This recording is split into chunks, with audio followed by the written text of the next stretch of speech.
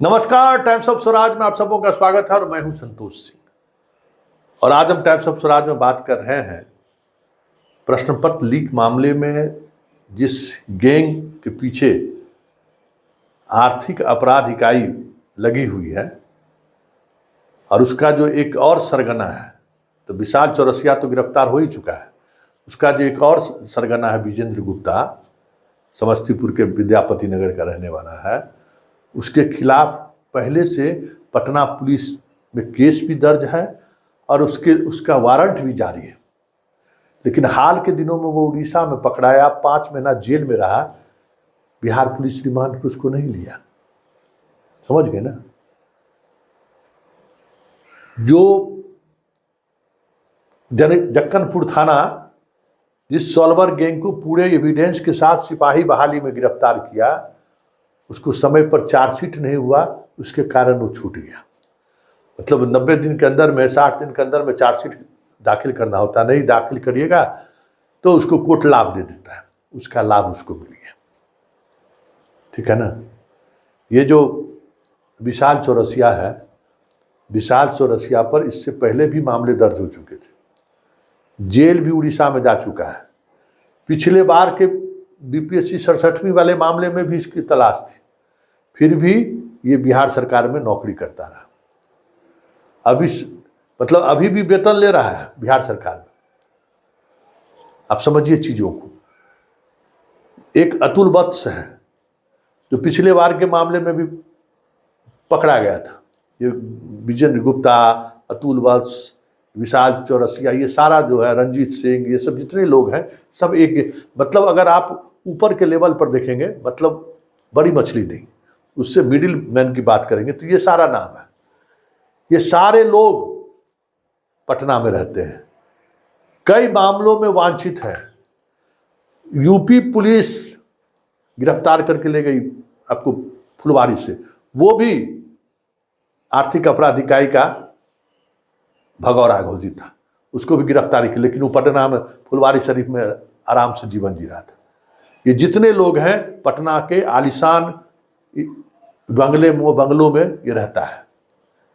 हर अधिकारी पदाधिकारी को पता है कि कहाँ रहता है, क्या होता है, लेकिन कार्रवाई नहीं होती है। तो सवाल है कि सब लोग जब मिला हुआ है तो फिर आप प्रश्न पत्र लीक मामले की कार्रवाई की आप उम्मीद क्या कर सकते हैं? इसलिए तो कह रहे हैं कि बड़ी मछली तक चीजें पहुंचनी तो दूर, जो बीच का मिडिल मैन है उसको इतना संरक्षण प्राप्त है कि 2-4 महीना में बेल ही हो जाता है। अब देखिए पटना में महिला है, होली है, कुछ महिलाओं का बाल बच्चा भी होगा, पति रो रहा है, लीजिए कोर्ट उसको बेल दे दिया। मतलब इतना बड़ा जघन, इससे बड़ा अपराध और क्या हो सकता है कि आप अरे किसी के घर में आप डकैती कर दीजिएगा ना तो एक ही परिवार प्रभावित होगा ना।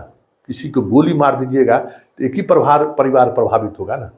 किसी के संपत्ति लूट लीजिएगा तो एक ही परिवार प्रभावित होगा ना। लेकिन ये जितने सॉल्वर गैंग वाले पकड़ाए थे, वो जब सिस्टम में आ जाते तो समझिए अपने जीवन काल में कितने लोगों को प्रभावित करता वो। लेकिन हमारे जज साहब को लगा कि नहीं, होली है, महिलाएं हैं, लड़कियां हैं, इनको क्यों जेल में रखा जाए, विकलांग है, इसको क्यों जेल में रखा जाए, इससे तो अनुसंधान क्या प्रभावित होगा, इसको छोड़ देते हैं। सबको बेल दे दिए, जाइए होली मनाइए, पुआ पकवाने में आपका इंतजार हो रहा है। सब लोग 86 लोगों को बेल दे दिया गया। अब बताइए, इतने महत्वपूर्ण केस में अगर इस आधार पर आपको बेल मिलने लगे कि महिला है, विकलांग है, तो फिर इस सॉल्वर गैंग पर कैसे कार्रवाई होगी? क्योंकि बेल मिलने का मतलब है कि अब दूगों को जब बेल मिल गया तब बाकी लोगों को भी बेल मिल जाएगा। ये वकील का बेल लेने का तरीका है कि भाई कानून के किस कमजोर कड़ी का हम इस्तेमाल करके पहले एक ही मामले में बेल ले लेते हैं। तो पहले विकलांग को भेजा, फिर महिला को भेजा, दोनों को बेल मिल गया। जज साहब को थोड़ी दिखना है कि भाई कितना बड़ा मसला है, वो तो देख रहे हैं कि नहीं, कानून का प्रावधान है कि महिलाओं में लेकर थोड़ा सॉफ्ट रहना है तो सॉफ्ट रह गए। ये कानून का किस तरीके के केस में लागू होता है मुझे नहीं मालूम, हम कानून के जानकार नहीं है। लेकिन अगर इस तरीके से चीजें कोर्ट के स्तर पर सामने आने लगे तो स्वाभाविक तौर पर मनोबल बढ़ेगा, क्योंकि वो जिस मामले में गिरफ्तार हुई है वो कोई साधारण मामला नहीं है। और इस तरीके से जमानत मिलने का मतलब ही यही है कि कोई उस तरीके का आरोप नहीं है। बिना डायरी देखे हुए भाई उस महिला उम्मीदवार की क्या भूमिका है, किस तरीके से सॉल्वर गैंग से उसका क्या रिश्ता रहा था, क्या क्या कड़ी जुड़ता, बिना डायरी देखे हुए सबको बेल दे दिया गया। वो जितना 86 लोग हैं, क्या आरोप लगा होगा, क्या होगा, उसमें कौन सा किंग पिंग है। हो सकता है कि उसमें जो जिनको जमानत महिला होने के आधार पर मिल गया हो, विशाल चौरसिया का सबसे नियर डियर वही हो, उसी में से कोई हो, ये भी तो हो सकता है। तो बिना डायरी देखे हुए बेल दे दिया गया। वारंट जारी है, फरारी घोषित है, और थाना पर बैठ के वो हाजिरी लगाता है विजेंद्र गुप्ता। अब बताइए, उड़ीसा कोर्ट उसको जमानत दिया कि आपका पासपोर्ट जब्त रहेगा। देखिए कितना हार्ड डिसीजन था।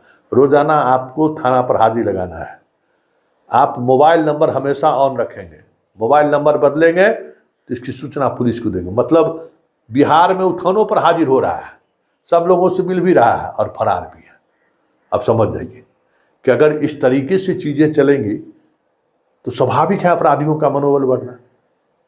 और जबकि कानून में संशोधन हो चुका है, भाई राष्ट्रपति का दस्तखत हो चुका है कि ये अपराध राष्ट्रद्रोह का अपराध है, फिर भी चीजें चल रही हैं। इसलिए अब आप भगवान पर सब चीज छोड़ दीजिए, क्योंकि हम लोगों का तो संस्कार है वही। अच्छा भगवान न्याय करेंगे तो भगवान पर छोड़ दीजिए। हम भी कहते हैं छोड़ दीजिए भगवान पर, कुछ होने वाला नहीं है, क्योंकि हम लोग खत्म हो चुके हैं। हम लोगों के पास अब कोई मॉरल एथिक्स की तो बात ही छोड़िए, हम लोग अब इंसान कहलाने लायक भी नहीं बचे हैं। हम उन तमाम चीज़ों को खो दिए हैं, विचार, नैतिकता, सत्य के साथ खड़े रहने का जो एक संस्कार मिला, सब खत्म है। बस जितना लूट सकते हैं तो लूटिए, जितना गलत तरीके से चीज़ें अर्जित कर सकते हैं करिए। इस देश में कोई रोक ठोक नहीं है।